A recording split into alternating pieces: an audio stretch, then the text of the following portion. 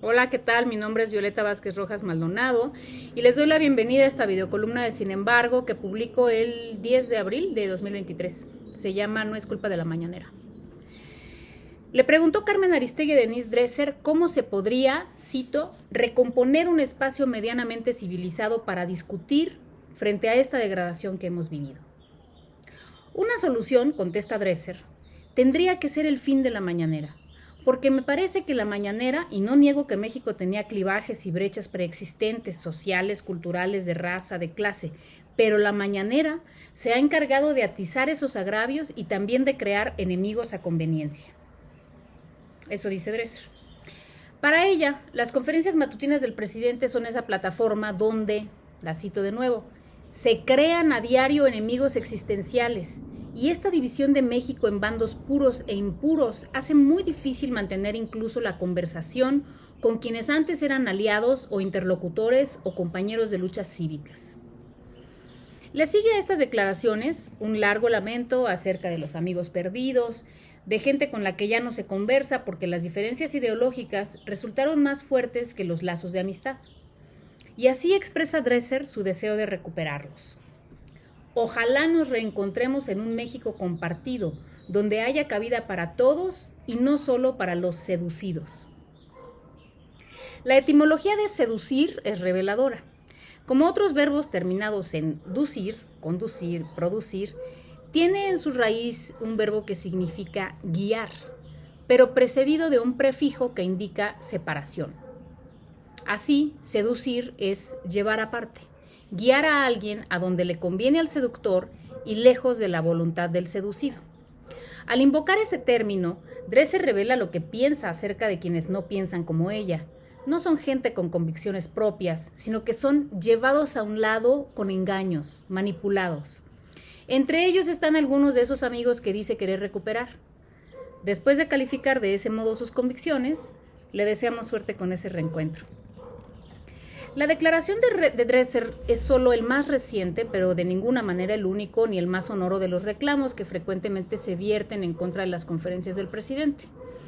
En diciembre pasado, Fabricio Mejía publicó en este mismo portal un texto sobre los embates contra las mañaneras que en ese tiempo directamente las responsabilizaban del atentado que sufrió Ciro Gómez Leiva. Una parte de la oposición culpaba al ejercicio matutino de instigar violencia contra los periodistas.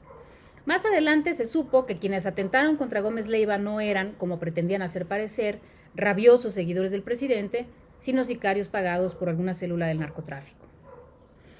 Pero hay algo en lo que Dresser no está equivocada. A todos nos consta que el debate público ha cambiado ostensiblemente desde 2018 hasta la fecha. Pensemos, por ejemplo, en nuestras interacciones en redes sociales. Antes intercambiábamos opiniones y a veces hasta coincidíamos con gente a la que hoy con trabajo soportamos leer. Algunos creíamos en la efectividad y la necesidad de convencer, especialmente durante aquella campaña presidencial en la que se jugaba todo. Y en esa labor de convencimiento se apreciaba la coincidencia ideológica, así fuera velada, con personas de sectores sociales a quienes tradicionalmente se consideraba voces autorizadas, universitarios, académicos, periodistas, etc. Ahora, muchas de estas voces se quejan del creciente sectarismo y la cerrazón de una franja de participantes de la discusión pública que ya no tiene interés en escucharlos, ni mucho menos en convencerlos o dejarse convencer por ellos. A la nueva configuración de la conversación pública se le tilda comúnmente de polarizada, pero la verdad es que ese término se usa para tantas cosas que no describe con claridad el ánimo político actual y a veces incluso lo describe erróneamente. Por ejemplo, si por polarización entendemos que las posturas políticas más prominentes dividen a la población en dos partes iguales, esto definitivamente no es el caso en el panorama actual mexicano, en el que la aprobación del proyecto obradorista cuenta con una holgada mayoría. En muchos contextos se dice que el debate público está polarizado cuando en realidad solo se quiere decir que está crispado. Para examinar el estado del debate político actual, más que buscar adjetivos fáciles o culpables predecibles, sería deseable identificar qué es lo que ha cambiado. Me atrevo a proponer 2 puntos. Primero, que el debate público en México no está en crisis, ni degradado, ni estancado en posturas inamovibles, como señalan en esa entrevista Aristegui y Dresser. Y segundo, que lo que ha cambiado son dos cosas. Cambiaron los interlocutores y cambiaron los objetivos de la conversación. En otras palabras, no es que ya no queramos discutir, es que ya no nos interesa discutir con los mismos. No es que ya no se hable con quien piensa distinto, es que la labor de convencer, que fue importante hace 5 años, dejó de serlo cuando la mayor parte del debate discurre entre convencidos de un proyecto que en su interacción se van dando cuenta de que no necesariamente piensan igual. En los regímenes anteriores, el debate público era conducido por expertos en política y se asumía que la discusión de los temas públicos, paradójicamente, era potestad de unos cuantos.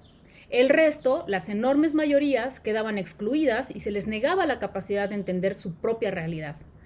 Para ponderar sus decisiones, de las cuales la única relevante era el voto, necesitaban la tutela de los intelectuales. En lo que va de este gobierno, la figura del experto en política se ha desvanecido casi completamente. En parte es un efecto de la estrategia de comunicación del presidente, cuyo pilar más fundamental es la conferencia matutina, y de sus efectos en el ecosistema mediático. El imaginario en el que era indispensable escuchar casi acríticamente a esos expertos ha sido reemplazado por otro en el que la gente escucha directamente a los gobernantes y le ha sido devuelta su capacidad de hacerse de un criterio propio a partir de la comparación entre lo que escucha y lo que atestigua de primera mano. Algunos expertos en política de antaño se quejan de que la conversación pública está cerrada, pero en realidad solo está cerrada para ellos, en la medida en que la gente prefiere escuchar a alguien más. Otra figura que hasta 2018 era importante y ha dejado de serlo es la del aliado. Esa persona que simpatiza tangencialmente con una causa, pero no milita en ella, o milita a conveniencia según le reditúe credibilidad el declararse adentro o permanecer al margen.